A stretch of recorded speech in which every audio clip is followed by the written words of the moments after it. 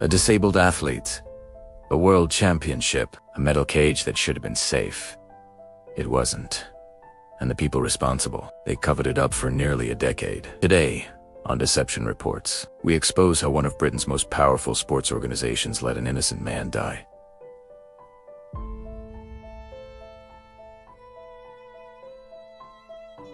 Stayed silent, denied everything, and only admitted the truth when they had absolutely no way out. Stay with me, because this story gets darker the deeper you go.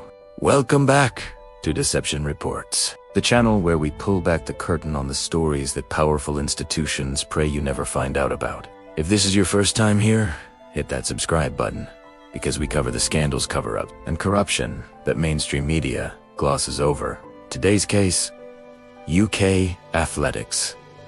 Corporate manslaughter. A dead Paralympic athlete. 9 years of delay, and a guilty plea that finally happened just days ago on February 20th, 2026. Let's go from the very beginning. Who was Abdullah Hayai?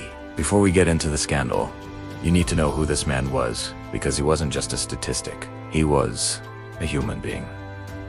Abdullah Hayai was a 36-year-old para-athlete from the United Arab Emirates. He competed in the F-34 classification, which means he was an athlete with a physical impairment affecting his legs, competing in seated throwing events like the shot put, discus, and javelin. His story was one of remarkable resilience. He had served in the UAE Armed Forces, and after suffering an injury, rebuilt his life through sport. He became a professional Paralympic athlete, representing his country on the world stage. He competed at the 2016 Rio Paralympics, his debut finishing 6th in the javelin and 7th in the shot put. He competed at the 2015 World Championships in Doha, Qatar, and he was a father of 5 children. In the summer of 2017, Abdullah Hayai traveled to London not as a tourist, but as a proud representative of the UAE, ready to compete at the 2017 World Para-Athletics Championships. He was chasing medals. He was chasing glory. He never made it to the starting line. The day everything went wrong. July 11th, 2017. It was Tuesday, July 11th, 2017. The World Para-Athletics Championships were just days away. Athletes from around the globe were arriving in London, training hard, preparing for the biggest competition of their lives. Abdullah Hayai was at Newham Leisure Centre, a sports facility in East London on Prince Regent Lane, in the borough of Newham. He was there for a sanctioned, official training session organized by UK Athletics, the national governing body responsible for running athletics in Britain. He was inside a throwing cage, a large metal structure specifically designed to keep athletes and spectators safe during throwing events like the shot put and discus. These cages are standard equipment at any professional athletics venue. They're supposed to be rock solid. They're supposed to be inspected. They're supposed to be safe. Then, without warning, the cage collapsed. A heavy metal pole crashed down directly onto Abdullah Hayai's head. Emergency services rushed to the scene. Paramedics fought desperately to save his life. But it was too late. Abdullah Hayai was pronounced dead at Newham Leisure Centre. He never competed. He never saw the opening ceremony. He never went home to his 5 children. His teammate, Mohammed Al-Ahmadi, went on to win a silver and bronze medal at those very championships and dedicated both medals to Abdullah. He gave them to Abdullah's children. What actually caused the collapses? Now here's where the story shifts from tragedy to scandal. A joint investigation was launched by the Metropolitan Police Service and Newham Council's Health and Safety team, and what they found was jaw-dropping. The throwing cage had not been assembled correctly. But this wasn't just a one-time mistake on the day. Investigators discovered that critical structural components, specifically 10 metal lattice base plates, described as ladder-like metal connectors that linked the cage's bases and posts, were missing. Not broken, not worn out, missing. And here's the part that should make your blood boil. These components had been missing or unused for approximately 5 years from 2012, all the way to 2017. 5 years. 5 years, during which time this equipment was being used at events, being set up, being taken down, being transported. Nobody noticed. Or if they did, nobody said anything. The Crown Prosecution Service later described it bluntly. UK Athletics left equipment in a seriously unsafe condition. They had failed for years to inspect, maintain, and properly manage basic safety components. The result was a heavy metal structure that was dangerously unstable. On the day Abdullah Hayai was training, strong winds hit the cage. Without those base plates, the structure had no chance. It came down, and it killed him.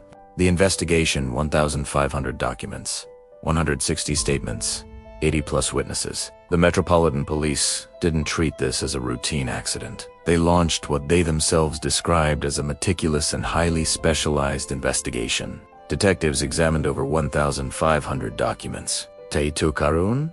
160 witness statements. They spoke with more than 80 witnesses. They brought in detailed engineering expertise to fully reconstruct what had happened and why. The investigation was a collaboration between Scotland Yard's Specialist Crime Unit and Newham Council's Health and Safety Team.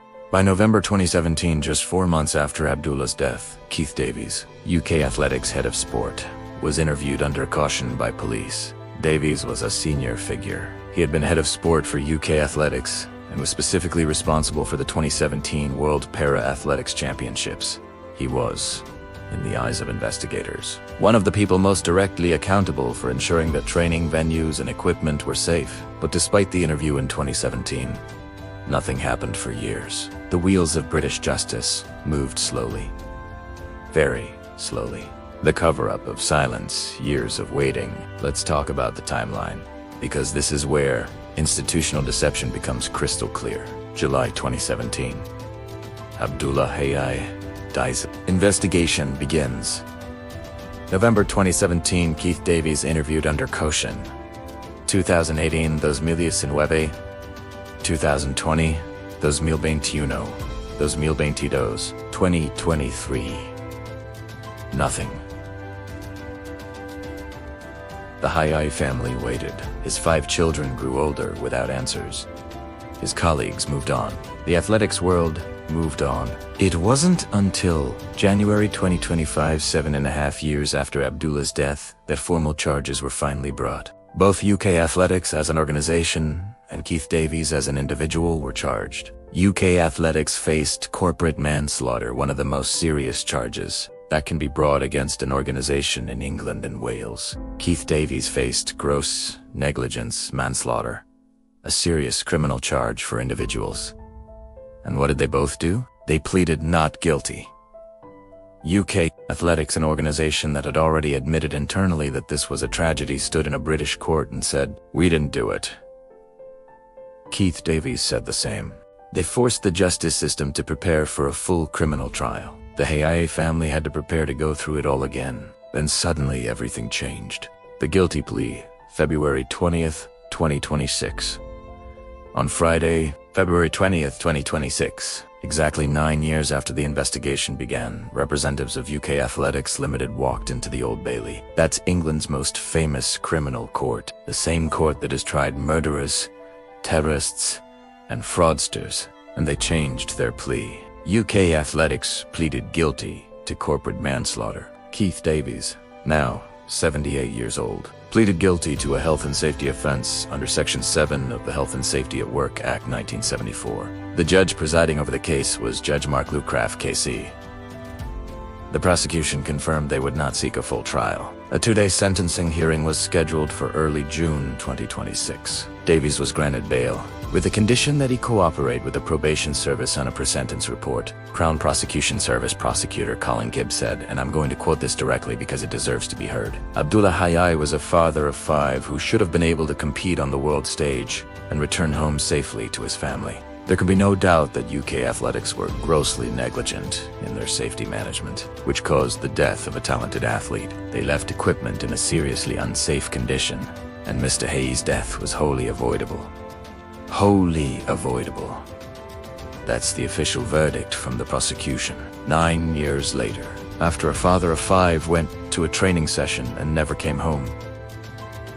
UK Athletics statement: too little, too late. After the guilty plea, UK Athletics issued a statement. They said they deeply regret what happened to Mr. Hayai. They said their deepest thoughts and sympathy remain with his family, friends, teammates, and all those affected by the events of that day. Now, You can decide how you feel about that statement.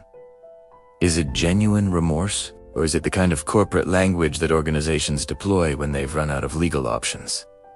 Because here's the thing, UK Athletics had years to acknowledge their responsibility, years to reach out to the Hayaye family, years to say, "We got this wrong. We failed.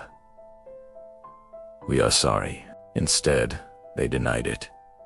They fought it, and they only admitted guilt when they were standing inside one of the most serious criminal courts in the country. You decide what that says about an organization. The bigger picture, corporate manslaughter in the UK.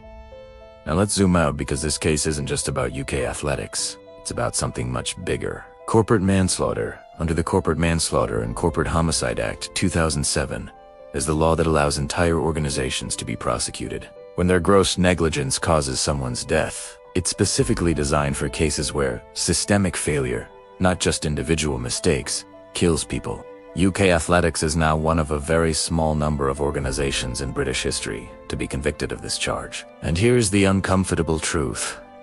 This kind of thing happens more than people realize. Equipment not inspected. Safety checks skipped. Corners cut. And when someone dies, the institution circles the wagons, calls in the lawyers, and tries to make the whole thing go away. Abdullah Hayai was a Paralympic athlete at an international event. He had every right to trust that the equipment around him had been checked, that the people in charge of his safety had done their jobs. They hadn't. And a father of 5 paid for that with his life.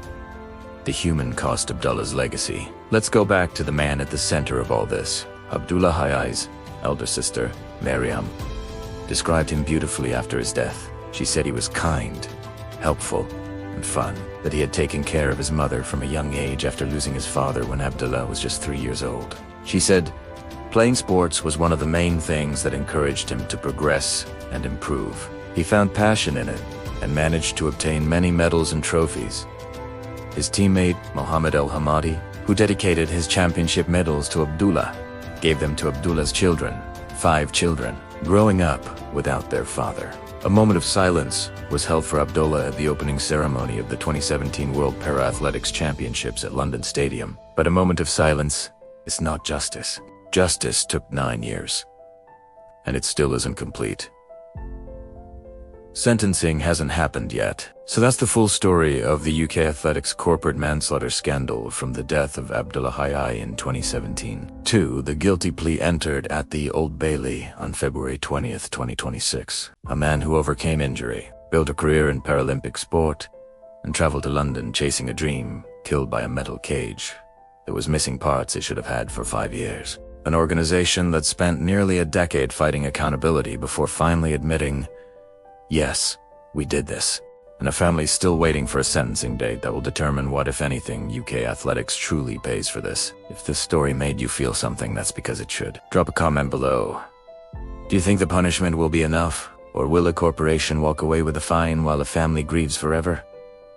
Subscribe to Deception Reports, because the powerful count on you not paying attention. I'll see you in the next one.